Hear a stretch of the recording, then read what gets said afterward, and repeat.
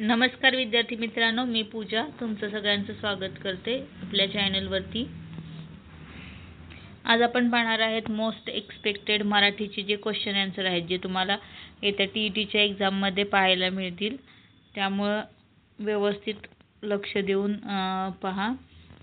50 प्रश्न आहेत, त्यातील बरेचसे क्वेश्चन्स तुम्हाला येत्या टीईटीमध्ये पाहायला भेटतील।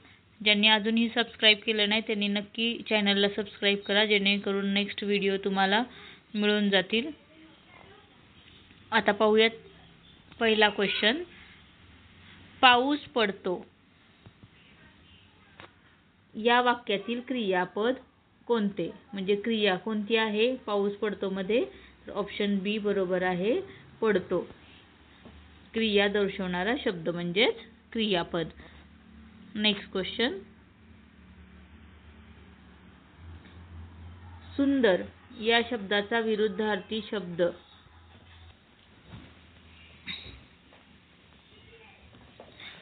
सुंदरचा विरुद्धार्थी शब्द काय आहे? तर कुरूप आहे। ऑप्शन सी बरोबर आहे। Next question. मन या शब्दाचा समानार्थी शब्द नाही विचारलेला आहे, तर मस्तक। ऑप्शन सी बरोबर आहे। मन या शब्दाचा समानार्थ शब्द नाही।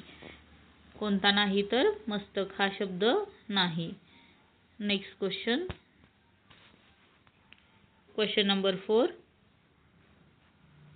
शिक्षक वर्गात शिकवतात, वचन ओळखा। यामध्ये वचन कोणतं आहे? वर्गात शिकवतात अनेक वचन आहे। ऑप्शन बी बरोबर आहे। Next question. फूल या शब्दाचा लिंग ओळखा। Question number 5। फूल या शब्दाचा लिंग ओळखा, तर कोणता आहे? आपण काय म्हणतो? ऑप्शन बी बरोबर आहे, स्त्रीलिंग। कोणता आहे फूल या शब्दाचा लिंग? स्त्रीलिंग।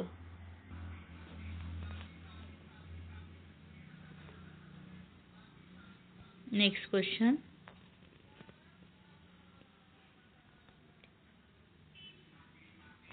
मी शाळेत जातो वाक्याचा प्रकार सांगा, तर कोणता प्रकार आहे? विधानार्थ वाक्य आहे। कोणता आहे? विधानार्थ वाक्य आहे। Next question. Question number 7। झाडावरून पान पडले यातील विभक्ती कोणती आहे? तर ऑप्शन नंबर सी बरोबर आहे, पंचमी विभक्ती आहे। वरून पंचमी विभक्ती वेगळे होणे। Next question. Question number 8। पाणी या शब्दाचे अनेक वचन।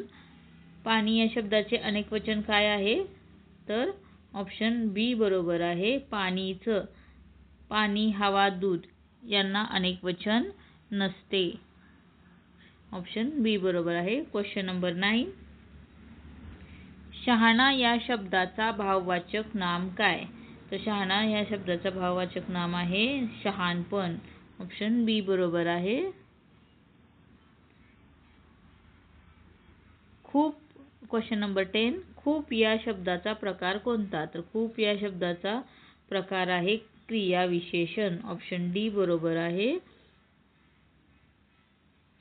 स्पष्टीकरण। कसे या प्रश्नाचे उत्तर क्रियाविशेषण असते।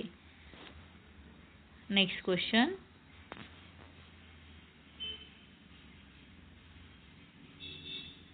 Question number 11। डोळा या शब्दाचा वाक्यप्रचार। डोळा या शब्दाचा वाक्यप्रचार काय? ऑप्शन बी, डोळ्यात खुपणे। याचा अर्थ आहे राग येणे। डोळा या शब्दाचा वाक्यप्रचार डोळ्यात खुपणे किंवा राग येणे। Next question. Question number 12। एका हाताने टाळी वाजत नाही याचा अर्थ। एका हाताने टाळी वाजत नाही याचा अर्थ भांडणाला दोघे जबाबदार। ऑप्शन बी बरोबर। Next question. Question number 13। पोटाला चिमटा याचा अर्थ काय आहे? तर उपाशी राहणे। ऑप्शन बी बरोबर आहे। Next question number 14. अ आ इ ई हे काय आहे? तर हे स्वर आहेत. अ आ इ ई हे स्वर आहेत. नेक्स्ट क्वेश्चन क ख ग घ हे काय आहेत? Question number 15. क ख ग घ हे काय आहेत? तर हे व्यंजन आहेत. Next question number 16. संयुक्त वाक्याचे उदाहरण कोणते? संयुक्त वाक्याचे उदाहरण कोणते? मी गेलो किंवा तो गेला हे काय आहे? संयुक्त वाक्याचे उदाहरण आहे. Next question number 17. जर पाऊस पडला तर पीक चांगले येईल हे कोणते वाक्य आहे? तर हे ऑप्शन सी बरोबर आहे. मिश्र वाक्य आहे. जर तर आलेला आहे तर हे मिश्र वाक्य होतं. Next question number 18. मुलगा या शब्दाचा तृतीय विभक्ती काय? मुलगा या शब्दाची तृतीय विभक्ती काय आहे? मुलाने हे काय आहे? तृतीय विभक्ती आहे. Next question number 19. विद्यार्थी या शब्दाची संधी विग्रह. विद्यार्थी या शब्दाचा संधी विग्रह आहे. ऑप्शन नंबर बी बरोबर आहे. विद्या अधिक अर्थी विद्यार्थी. Next question number 20. पुस्तक या शब्दाचे अनेक वचन. पुस्तक या शब्दाचे अनेक वचन पुस्तके. Next question number 21. आई या कवितेचा कवी कोण आहे? तर आई या कवितेचा कवी आहे बा सी मार्ढेकर. ऑप्शन ए बरोबर आहे. आई या कवितेचा कवी कोण आहे? बा सी मार्ढेकर. गीत रामायण कोणी लिहिले? गीत रामायण जी डी माडगूळकर यांनी लिहिले आहे. गीत रामायण जी डी माडगूळकर यांनी लिहिले आहे. Next question. माझं गाव हा पाठ कोणत्या पुस्तकात आहे? तर माझं गाव हा पाठ इयत्ता 4च्या पुस्तकात आहे. ऑप्शन बी बरोबर आहे. नेक्स्ट क्वेश्चन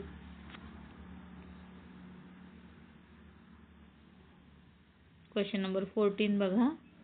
आकलनावरतीच म्हणजेच उपयोजनात्मक प्रश्न. शेतकऱ्याने राबून पीक घेतले यातून काय बोध होतो?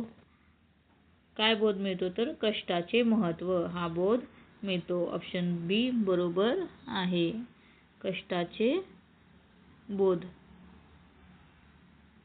ऑप्शन बी बरोबर आहे. Next question number 25.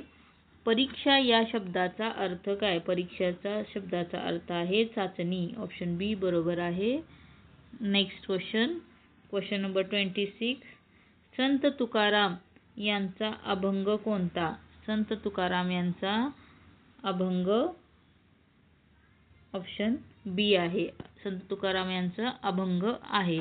मग गीत काय आहे? जी डी माडगूळ यांचं गीत रामायण आहे. ओवी काय आहे? तर संत ज्ञानेश्वरी ओवीबद्ध आहे. कविता काय असते? तर सर्वसाधारण वाक्यप्रचार. म्हणून ऑप्शन बी बरोबर आहे. नेक्स्ट क्वेश्चन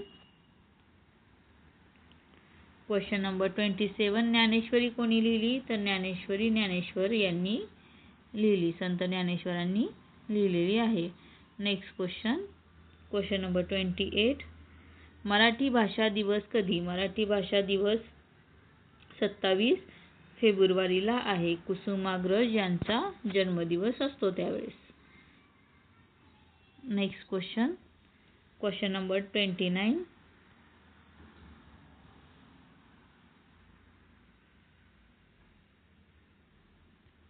वाक्य म्हणजे काय? वाक्य म्हणजे अर्थपूर्ण शब्दाचा समूह म्हणजेच काय असतं? वाक्य. ऑप्शन बी बरोबर आहे. Next question. विरामचिन्हाचे उदाहरण काय? विरामचिन्हाचे उदाहरण नाही विचारलेलं आहे. काय विचारलेलं आहे? विरामचिन्हाचे उदाहरण नाही या शब्दावर जोर द्यायचा आहे. तर डी ऑप्शन आहे. अधिक हा काय आहे? विरामचिन्ह नाही. Next question number 31. पत्रलेखनमध्ये शेवटी काय लिहितात? पत्रलेखनमध्ये सगळ्यात शेवटी आपल्या आज्ञाधारक किंवा आपला विश्वासू असं लिहिलं जातं. ऑप्शन बी बरोबर आहे. Next question number 32. निबंध म्हणजे काय? निबंध म्हणजे विषयावरील विस्तृत लेखन म्हणजेच निबंध. ऑप्शन बी बरोबर आहे. निबंध म्हणजे विषयावरील विस्तृत लेखन. Next question number 33. कथाचे वैशिष्ट्य काय? कथेचे वैशिष्ट्य काय आहे तर सुरुवात, मध्य आणि शेवट हे काय असते? कथेचे वैशिष्ट्य. ऑप्शन बी बरोबर आहे. Next question. संज्ञाचे प्रकार किती? संज्ञाचे प्रकार एकूण 3 आहेत. ऑप्शन बी बरोबर. कोणत्या कोणत्या संज्ञा आहेत तर व्यक्तिवाचक संज्ञा, समूहवाचक संज्ञा, भाववाचक संज्ञा असे 3 प्रकार आहेत संज्ञाचे. Next question number 35. सर्वनामचे उदाहरण काय? सर्वनामचे उदाहरण तो आहे. म्हणजे आपण जो तो, ती, ते लावतो. ते पुस्तक, ती वही हे काय आहे? सर्वनाम आहे. म्हणजे नामाबद्दल वापरलेला नामाऐवजी वापरला गेलेला शब्द म्हणजेच काय? सर्वनाम. Next question number 36. मराठी शिकवण्याची पहिली पायरी. मराठी शिकवण्याची पहिली पायरी म्हणजेच ऐकणे. Next question number 37. बालगीत शिकवण्याचा उद्देश काय? बालगीत शिकवण्याचा उद्देश भाषा, गोडी आणि उच्चार. भाषा, गोडी, उच्चार हे बालगीत शिकवण्याचा उद्देश आहे. Next question number 38. शब्दसंग्रह वाढवण्यासाठी काय करावे? शब्दसंग्रह वाढवण्यासाठी गोष्टी, चित्रे, खेळ घ्यावे. Next question number 39. वाचन कौशल्याचा टप्पा नाही. कोणता नाही तर गणित हा वाचन कौशल्याचा टप्पा नाही. ऑप्शन बी बरोबर. Next question number 40. लेखनातील चुका कशा दुरुस्त कराव्यात? लेखनातील चुका कशा दुरुस्त कराव्यात तर मार्गदर्शनाने, प्रोत्साहनाने चुका दुरुस्त कराव्यात. Next question. श्रुतलेखन म्हणजे काय? श्रुतलेखन म्हणजे ऐकून लिहिणे. यालाच काय म्हणतात? श्रुतलेखन म्हणतात. ऑप्शन बी बरोबर आहे. Next question. मौन वाचनचा फायदा. मौन वाचनचा फायदा काय आहे तर वेग आणि आकलन वाढते. Next question number 43. मोठ्याने वाचन कधी करावे? मोठ्याने वाचन उच्चार शिकताना करावे. Next question number 44. मराठीत सृजनशील लेखन म्हणजे काय? तर स्वतःची गोष्ट, कविता लिहिणे म्हणजेच मराठीतील सृजनशील लेखन आहे. Next question number 45. TLM मराठीसाठी उदाहरण म्हणजेच काय? TLM मराठीसाठी काय? फ्लॅश कार्ड, चित्रे, ऑडिओ हे काय आहे? TLM चे उदाहरणे आहेत. मराठीसाठी उपयोग आहे. Next question. भाषा प्रयोगशाळा कशासाठी? भाषा प्रयोगशाळा कशासाठी आहे तर ऐकणे, बोलणे, कौशल्य यासाठी काय आहे? मराठी प्रयोगशाळा आहे. Next question. निदानात्मक चाचणी कशासाठी? निदानात्मक चाचणी अडचण शोधण्यासाठी असते. ऑप्शन बी बरोबर आहे. Next question. उपचारात्मक अध्यापन म्हणजे कधी? उपचारात्मक अध्यापन कधी? कमजोर मुलांसाठी उपचारात्मक अध्यापन असते. Question number 49. बहुभाषिक वर्ग मध्ये काय करावे? बहुभाषिक वर्गामध्ये काय करावे तर मातृभाषेला प्राधान्य प्लस मराठी. ऑप्शन बी बरोबर आहे. Next question number 50. मूल्यमापन मध्ये काय महत्त्वाचे? तर मूल्यमापन मध्ये काय महत्त्वाचे आहे? ऑप्शन बी बरोबर आहे. वाचन बरोबर आहे. नेक्स्ट म्हणण्यापेक्षा इथंच आपला 50 महत्त्वाचे क्वेश्चन मराठीचे संपलेले आहेत. येत्या एक्झाममध्ये तुम्हाला नक्की हे क्वेश्चन आन्सर्स पाहायला भेटतील. तरी सगळ्यांना बेस्ट ऑफ लक आणि आपल्या चॅनलला लाईक शेअर आणि सबस्क्राईब करायला विसरू नका.